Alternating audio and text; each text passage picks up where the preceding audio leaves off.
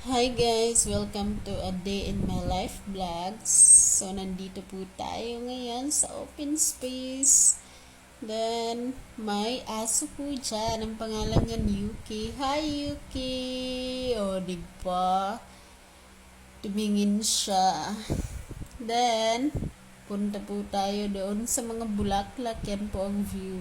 Hindi ko kilala kung anong mga bulaklak na ito, pero you know naman.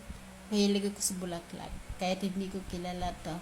But, maganda sila. Yeah. Then, punta naman po tayo doon sa